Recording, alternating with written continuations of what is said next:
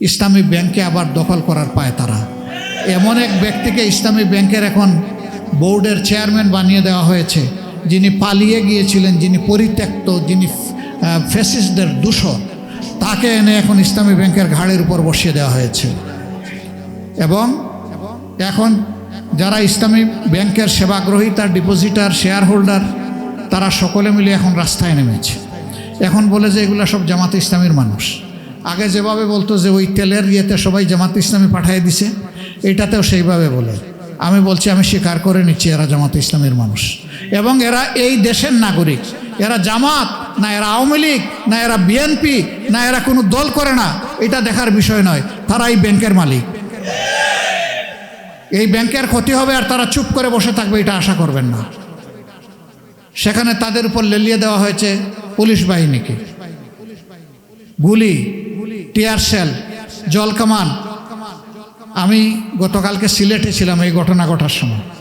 আমি বলেছি যে আগামী দিন আমিও নামবো ইনশাল্লাহ। একটা শেয়ার থাকলেও আমি এই ব্যাংকের মালিক, 10 টাকা ডিপোজিট থাকলেও আমি এই ব্যাংকের মালিক। আমার এই সত্তা নিয়ে কাউকে টানাটানি করার সুযোগ দেব না। আমি সামনে গিয়ে বুক খুলে দাঁড়ায় বলবো, যত গুলি আমার বুকে মারো, যত টিয়ার শেল আমার মাথায় মারো, কিন্তু জনগণের উপর, শেয়ার হোল্ডারদের উপর, ডিপোজিটারদের উপর, এই ব্যাংকের মালিকদের উপর সাবধানে একটা গুলিও ছুটতে পারবা না।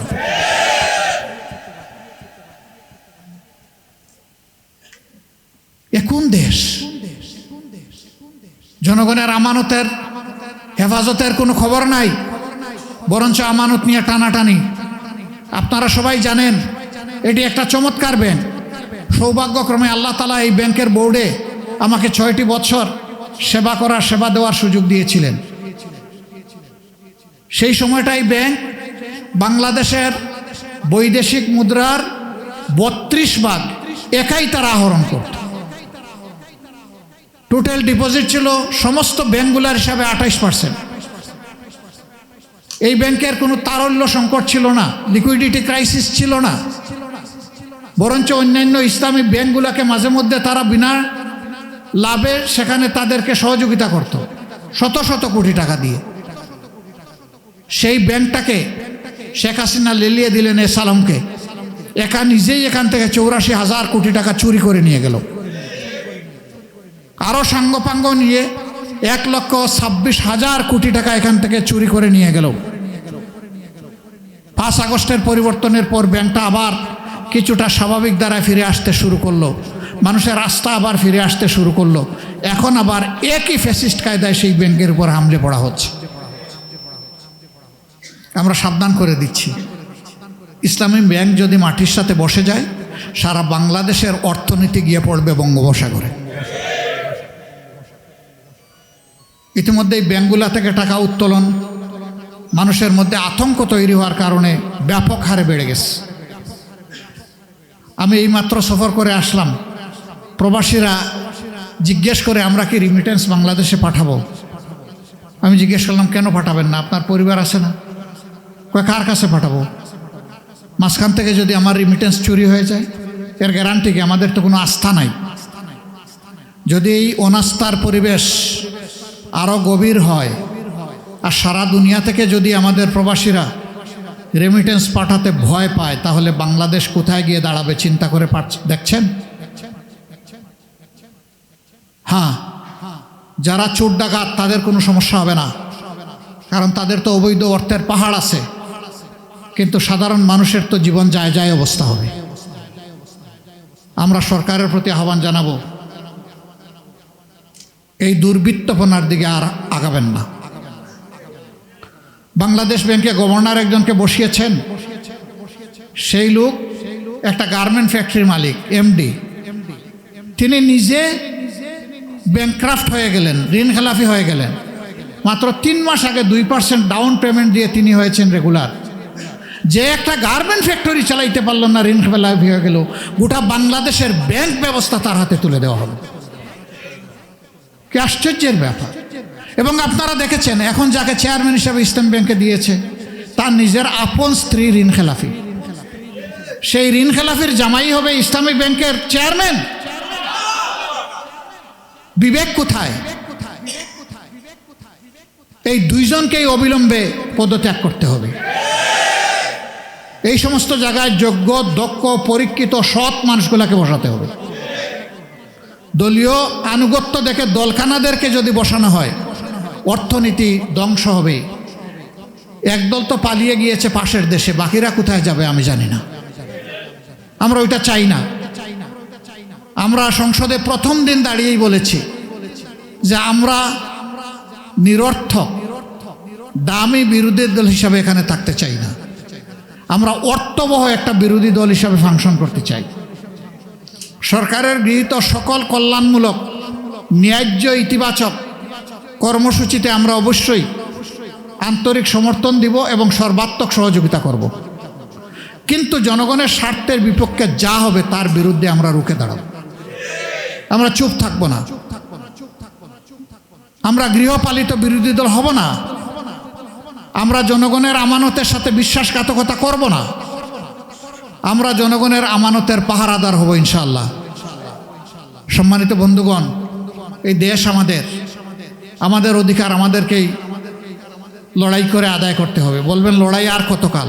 কম করলাম লড়াই, 47-এ করলাম, 71-এ করলাম, 52-তে করলাম, 90-তে করলাম, 24-এ করলাম, আর কত লড়াই? আমাদের জীবন যতদিন আছে লড়াইও ততদিন চলবে ইনশাআল্লাহ।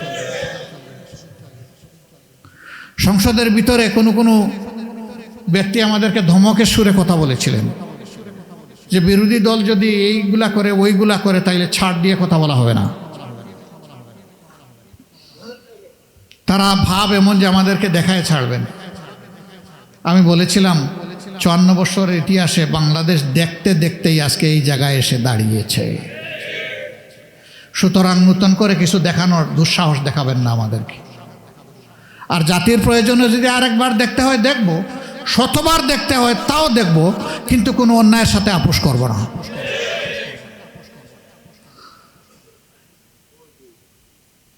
সব ক্রেডিট আল্লাহ তাআলার, যিনি আমাদেরকে বাঁচিয়ে রেখেছেন আর কথা বলার তৌফিক দিচ্ছেন।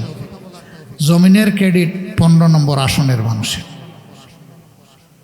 আপনারা আমাকে নির্বাচিত না করলে এই কথাগুলো আমি জাতীয় সংসদে দাঁড়িয়ে বলতে পারতাম না। আমি ইনশাআল্লাহ আপনাদের হকের পক্ষে লড়ে যাব, দেশবাসীর হকের পক্ষে লড়ে যাব, এবং আমি খুবই আস্থাশীল এই সমাজ পরিবর্তন হবে ইনশাআল্লাহ।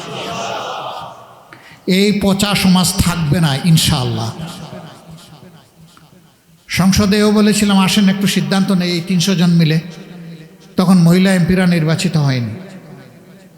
যে আমরা 300 জন মিলে সিদ্ধান্ত নেই যে আগামীকাল থেকে এই দেশে আর কোনো চাঁদাবাজি কাউকে করতে দেওয়া হবে না। যদি আমরা এই সিদ্ধান্ত নিতে পারি তাহলে তেল ক্রাইসিস যেভাবে উবে গেছে, উদাও হয়ে গেছে, বাংলাদেশ থেকে চাঁদাবাজরা উদাও হয়ে যাবে ইনশাআল্লাহ। কিন্তু সাথে সাথে এও বলেছিলাম এইখানে বসা এই লোকগুলা যদি চাঁদাবাজদেরকে প্রশ্রয় দেয় এবং এখান থেকে সুযোগ নেয় তাহলে চাঁদাবাজি বাংলাদেশ থেকে বিদায় করা সম্ভব না। তো আমার এই প্রস্তাবে তো সকলের টেবিল চাপড়িয়ে সমর্থন দেওয়ার কথা ছিল। আমার পিছনে যারা বসা ছিলেন বিরোধী দলের সবাই সমর্থন দিলেন, কিন্তু সামনে দেখি কেউ আর সমর্থন দেয় না। বিষয়টা পরিষ্কার হয়ে গেল না? তখন আমি বলেছিলাম মনে রাখবেন চাঁদাবাজ কোনো দলের নয়, এরা বসন্তের কুকিল। আপনি যখন বিপদে পড়বেন তখন ওই কুকিলগুলা উড়াল দিয়ে চলে যাবে, ওদের ডানা ধরে আপনি আর নাগাল পাবেন না। ওরা কিন্তু আপনাকে রাস্তায় ফেলে চলে যাবে।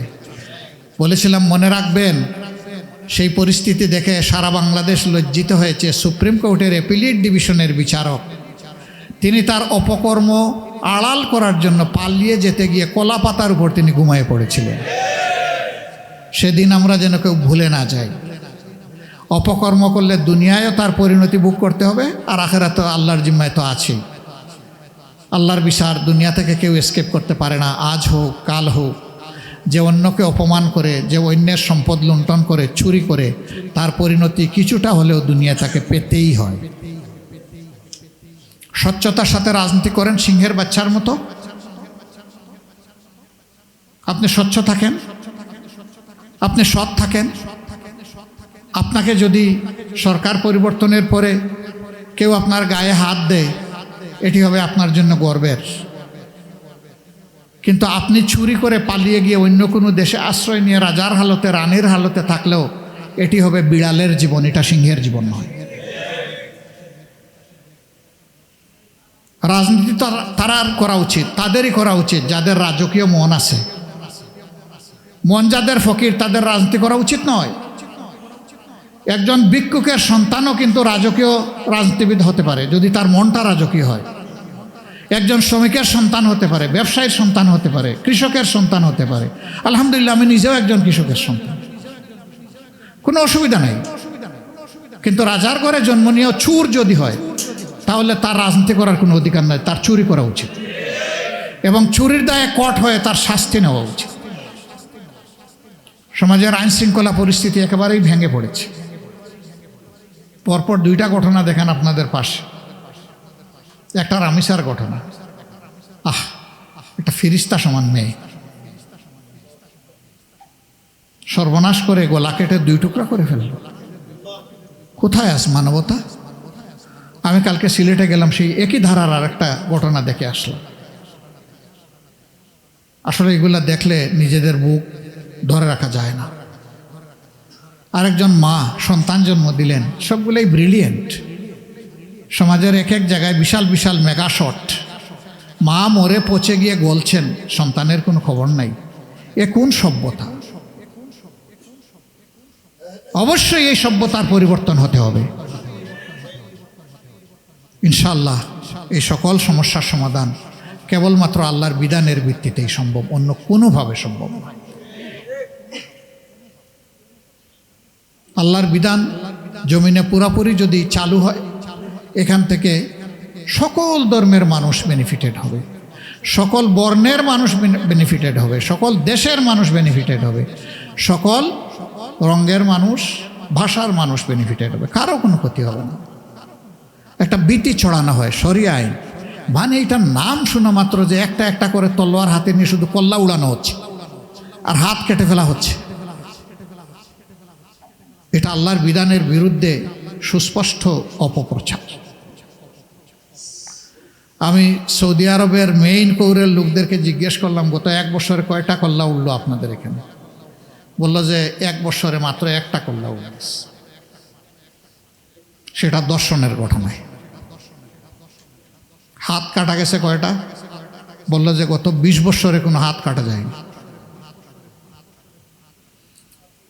সৌদি আরব দুনিয়ার এমন একটা দেশ যেখানে ক্রাইম একদম গ্রাউন্ড লেভেলে, মাটির সাথে মিশে আছে। আমাদের ক্রাইম হইল আসমান লেভেলে অপরাধ। ডাকাতের ছুরির আঘাতে মানুষ মারা যাক, এটা কোনো সমস্যা না। ওই ডাকাতের হাত কাটা যাবে, এটা হইল সমস্যা। কার্যত ডাকাতদের এই পরিবেশকে যারা লালন করতে চায়, আল্লাহর বিধানের বিষয়টা তারা উপলব্ধি করতে চায় না, স্বীকার করতে চায় না। হাত কাটার প্রয়োজন হবে না তো,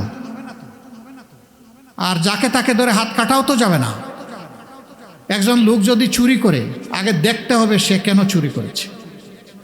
যদি পেটের ক্ষুধার আগুন নিবানোর জন্য চুরি করে, তাকে রাষ্ট্রের দায়িত্ব হচ্ছে আগে তার পেটের ক্ষুধার আগুন নিবানোর ব্যবস্থা করা, তার বৈধভাবে বেঁচে থাকার বিষয়টা নিশ্চিত করা।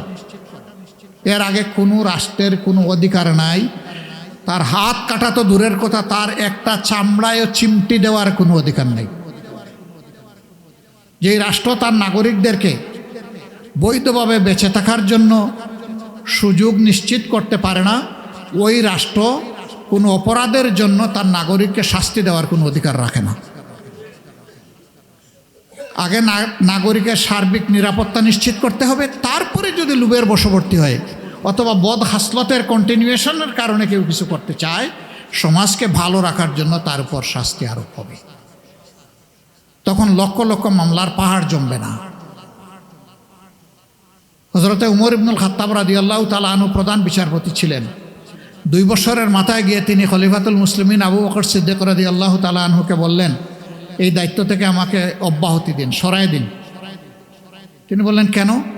বললেন, না, এখানে আমাকে বেতন দেওয়ার কোনো দরকার তো নাই। আপনি প্রধান বিচারপতি না? বলে, হ্যাঁ। মাননীয় খলিফা, আপনি তো আমাকে প্রধান বিচারপতির অ্যাপয়েন্টমেন্ট দিয়েছেন, তা আপনি এটা থেকে অব্যাহতি চাচ্ছেন কেন? বলে যে 2 বছরের ভিতরে আমার কাছে তো কোনো মামলা আসলো না, তাইলে আমার এই পদে থেকে লাভটা কি? আমি রাষ্ট্রের অর্থ এইভাবে অপচয় করব কেন? আমি এখান থেকে নিব কেন?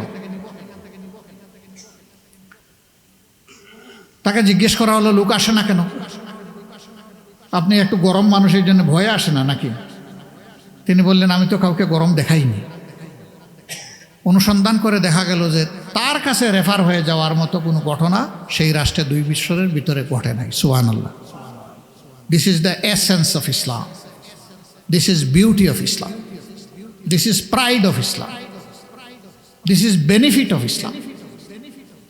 আমরা যত তাড়াতাড়ি বুঝবো তত লাভ ইনশাআল্লাহ তাআলা লাজিম। বাংলাদেশ শুধু মুসলমানরা বসবাস করে না, অন্যান্য ধর্মের মানুষও করে। পশ্চিমবঙ্গে আপনারা দেখতে পাচ্ছেন হম্বিতম্বি মুসলমানদের উপর বিভিন্ন ধরনের নির্যাতন হচ্ছে। আমরা তার নিন্দা জানিয়েছি, নিন্দা জানাবো, সেটা দুনিয়ার যেখানেই ঘটুক। কিন্তু বাংলাদেশে আমরা চাই না যে পশ্চিমবঙ্গে মুসলমানদের উপর অপমানজনক আচরণ করা হচ্ছে বলে বাংলাদেশে যে কোনো একজন অন্য ধর্মের মানুষের একটা লোম ধরে কেউ টান দেব, এটা আমরা বরদাস্ত করব না। এই দেশ আমাদের সকলের, এই দেশের অধিকার বুক করার অধিকারও সকলের সমান। আমরা সেই হারমোনি, আমাদের শিষ্টাচার আমরা ইনশাল্লাহ মেনে চলব। এটাই ইসলামের সৌন্দর্য। বলবেন যে তারা আমাদের ভাই, এখানে আমরা প্রতিশোধ নিতে পারি না। ইসলাম নিষেধ করেছে বাপের অপরাধে সন্তানকে শাস্তি দেওয়ার কোনো অধিকার কারণেই, সন্তানের অপরাধে বাবাকে শাস্তি দেওয়ার কোনো অধিকার কারণেই, স্বামীর অপরাধে স্ত্রীকে শাস্তি দেওয়ার অধিকার কারণেই, এবং স্ত্রীর অপরাধে স্বামীকেও শাস্তি দেওয়ার অধিকার কারণে। এতটুকু যদি না থাকে তাইলে অন্য দেশের কোনো কিছুর জন্য আমার দেশে আমি দেশকে অস্থির করে তুলব, এর অধিকার আমাদের নেই। এটা কেউ করতে গেলে আমরা দিব না করতে, তার হাত অবশ করে দেব। আমরা আমাদের সামাজিক শৃঙ্খলা, সৌন্দর্য, শান্তি নষ্ট করতে দেব না। সম্মানিত সুধীমণ্ডলী, নামাজের সময় আসন্ন হয়ে যাওয়া, আমি কথা এখানেই শেষ করছি, বাকিটা রেখে দিলাম। আপনারা দোয়া করবেন, যতদিন আল্লাহ তাআলা আমাকে হায়াত দিয়েছেন, সুস্থ রেখেছেন, ততদিন মানুষের জন্য যেন আমি কাজ করে যেতে পারি। আমি কথা দিয়েছিলাম নির্বাচিত হলে সরকারি সুযোগ সুবিধা নিব না, যতটুকু না নিয়ে পারি চেষ্টা করব। আলহামদুলিল্লাহ, সরকারের সকল সুযোগ সুবিধা আমি নিচ্ছি না, কারণ এর আগে তো আল্লাহ আমারে বাঁচাইয়া রাখছেন। তো এখন এমন কি হলো যে সরকারের সুবিধা না নিলেন বাঁচতে পারবো না? আমার একে একে সরকার থেকে যতগুলো পেমেন্ট সংসদ সদস্য পাওয়ার কথা আমি লিখিত জানাই দিছি, এইটা নিব না, ওইটা নিব না, ওইটা নিব না। শুধু একটা নিতে বাধ্য, সেটা হচ্ছে আমার রিমুনারেশন, প্রত্যেক মাসের একটা সম্মানী ভাতা। সেটা আল্লাহর মেহেরবানি এই আসনের একটা কওমি মাদ্রাসার জন্য পুরা 5 বছরের জন্য আমি ওয়াকফ করে দিয়েছি। ওইটা প্রতি মাসে তাদের অ্যাকাউন্টে অটো জমা হয়ে যাবে, আমি সেই ব্যবস্থাও করে দিয়েছি। এটার জন্য তাদেরও কোনো দৌড়াদৌড়ি লাগবে না, আমারও কোনো পেরেশানি লাগবে না, এটা অটো ট্রান্সফার হয়ে যাবে। দোয়া করবেন, দুনিয়ার সম্পদ নয়, আখেরাতের সম্পদ আমরা সবাই মিলে যেন জোগাড় করতে পারি। দুনিয়া যেমন তেমন হোক, আখেরাতটা যেন আমাদের সুন্দর হয়। আর আখেরাত সুন্দর হলে দুনিয়াও সুন্দর হবে ইনশাআল্লাহ। আল্লাহ তাআলা আমাদের প্রিয় দেশকে পরিবর্তন করার এবং সেই পরিবর্তনটা মানুষের আকাঙ্ক্ষার পক্ষে পরিবর্তন করার তৌফিক দান করুন। সুবহানাকাল্লাহুম্মা ওয়া বিহামদিকা আশহাদু আল্লা ইলাহা ইল্লা আনতা আস্তাগফিরুকা ওয়া আতুবু ইলাইক। আসসালামু আলাইকুম ওয়া রাহমাতুল্লাহি ওয়া বারাকাতুহু।